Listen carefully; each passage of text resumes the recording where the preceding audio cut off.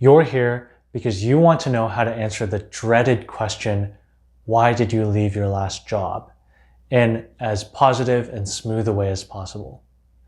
Of course, the reason why this question is so dreaded is because you left your last role in a less than ideal way. Maybe you were fired, laid off, terminated. Whatever the reason, I want to tell you right now that there is a way that you can answer this in a positive way, but also in a way that actually leaves your interviewer feeling that you are a more desirable candidate. In this video, we're going to set you up with a winning mindset. We're going to give you tips on how to answer this question well, and we're going to give you a template that you can take away to use in your next interview immediately that works and has worked for hundreds of other job candidates. So are you ready to get into it? I am. So let's talk shop.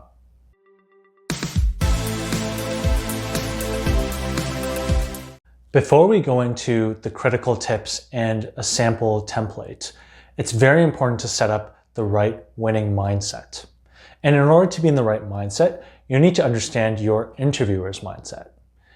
In short, why is your interviewer even asking this question? And what are they hoping to hear? What are they not hoping to hear? So in order to really illustrate that for you, I'm going to step into the interviewer's shoes and I'm going to tell you what I'm thinking as I'm asking this question. Now, one of the reasons why I'm asking this question could just be that I ask everyone this question. It's just a standard question on my list that I'm going through. However, I could also be asking this question because I have the slightest doubt in my mind that you have a red flag. And so I am specifically targeting you with this question. Maybe it's because you've had a work history with a lot of short stints at different companies, and I'm wondering why those stints were so short.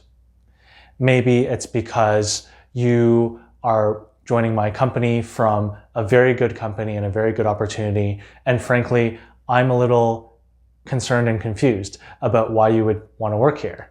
There could be a number of different reasons. Now, how you answer this question could either leave me not only feeling relieved, but even more positive that you're a desirable candidate, or it could leave me very concerned about a red flag that I've confirmed, and I could be keeping one eye on you and one eye on the exit. So the good news is that the way that I react is entirely up to how you answer the question. And now I'm going to dive into 3 tips that you need to implement in order to get a good response and reduce the fears that your interviewer might have. The first tip is to be brief.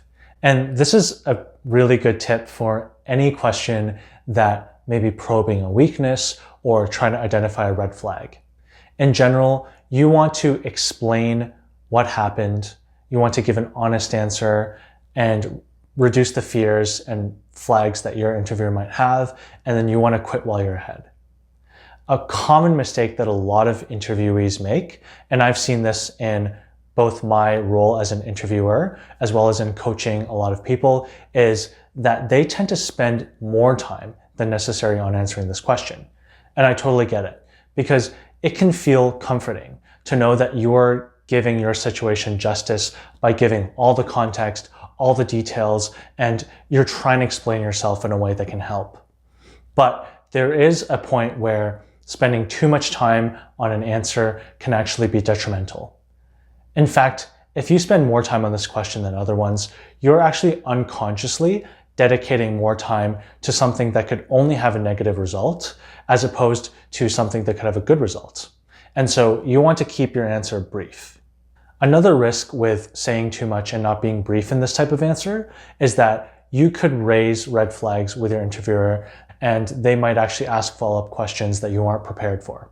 So stick to what you know, explain it in a way that can make your interviewer feel comfortable about your situation and get out while you're ahead. Now let's get into the second tip, and that is be honest and explain. If you were fired or laid off, just go out there and admit it. It's the right thing to do, and it's going to save you a lot of trouble later on. I've heard of a lot of situations of people who lied in their interview process about reasons why they were let go or reasons why they were looking for a new job, and it came back to hurt them big time after they got hired. And I've heard of people getting fired because of this. So not only is it just the right thing to do to be honest in your interview process, but be aware that not being honest can have consequences later on. And actually, being honest may not be as detrimental as you believe it is, especially if the situation leading up to your termination was out of your control. For example, if you were part of a mass layoff, it's completely understandable that if the company made a decision to terminate a certain department or a certain area of the business, that you would naturally be part of that. Or if you were let go because you were a newer employee and the company was just cutting people that were a bit newer to the company without as much experience, that's also completely understandable. And no reasonable interviewer would actually hold that against you. Now, let's say you're in a situation where your termination actually did have something to do with you and it wasn't a good thing. So maybe you were fired for performance issues. There's still a way that you can frame your answer while being honest in a way that reduces the concerns of your interviewer and leaves you coming out ahead. And I'll give you a specific example to illustrate how you can do this with a very difficult situation. So you may say something like this if you were fired from your last job. I was fired from my last job due to a misunderstanding of my responsibilities. When I was brought on to lead analytics for the sales team at my previous company, my mandate was to increase revenue, and my understanding was that I would need to grow our top line through aggressive acquisition of new customers. However, leadership believed that we would need to improve our revenue per customer, which tied my performance criteria to customer retention. This misalignment resulted in my termination, despite the fact that I generated insights which led to a record quarter of new customer acquisitions with the lowest customer acquisition cost in company history. I accept responsibility for not understanding expectations early on, and am always striving to improve. So that's just part one of our answer, and it ties in to being able to explain and being honest. Now we're going to go into our final tip, and we're also going to give an example that wraps up this answer, and finally we're going to put the two parts together. So the last tip is to focus on the current opportunity. Although this question is phrased as, why did you leave your last job? Make no mistake that your interviewer is hoping to snag a top quality candidate that everyone wants. And the flip side, to be brutally honest, is an interviewer doesn't want a candidate that other companies didn't want. And so you're going to need to frame your answer in a way that also brings out why this current opportunity that you're interviewing for is so appealing to you and why it's such a great fit compared to your previous role, no matter what the conditions of your termination were. In short, you want your interviewer feeling like they are wooing you and pulling you away from your previous opportunity because of how great the opportunity is, how great the company is, and how great a fit you are with the role in the company. So here's an example of how you might bring in the concept of the current opportunity to make your answer very strong. My previous experience is also why I'm so excited about the current opportunity.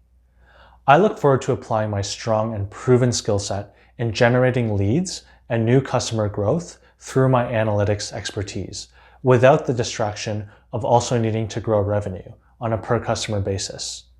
I'm a strong believer that your company's model of separating customer growth from customer revenue is a winning approach and a system that I will thrive in. Now, let's put these two parts together to get your sample answer to this question. So as you can see, this is part one and part two of our sample answer combined into a full answer. And this answer shouldn't take you more than a minute or two. So obviously, you're going to be changing this depending on your situation, but just keep in mind that you don't want to spend too much time. You just want to explain what the situation was and be honest, and then drive home that the current opportunity is really drawing you towards that company and that opportunity. So in this example, we've covered probably the hardest thing to recover from, which is getting fired for performance. And you can see here that we've still spun it in a way that makes the current company view you as a strong candidate because your skills align with what they're looking for. So any other situation that you are in, I'm confident that you'll be able to explain, because if you can explain this, there are many ways to do that for less severe and less concerning situations. So there you have it. We've covered the critical tips that you need to answer this question well, and we've also given you a killer script that you can use and adapt in your next interview. If you liked this video and it helped in any way, give it a like and leave a comment below for the community and myself.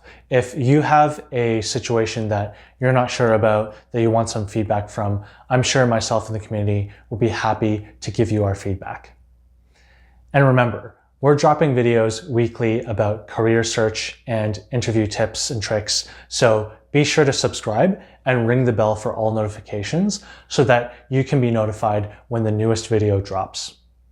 Thank you for watching, and I wish you luck in your interview.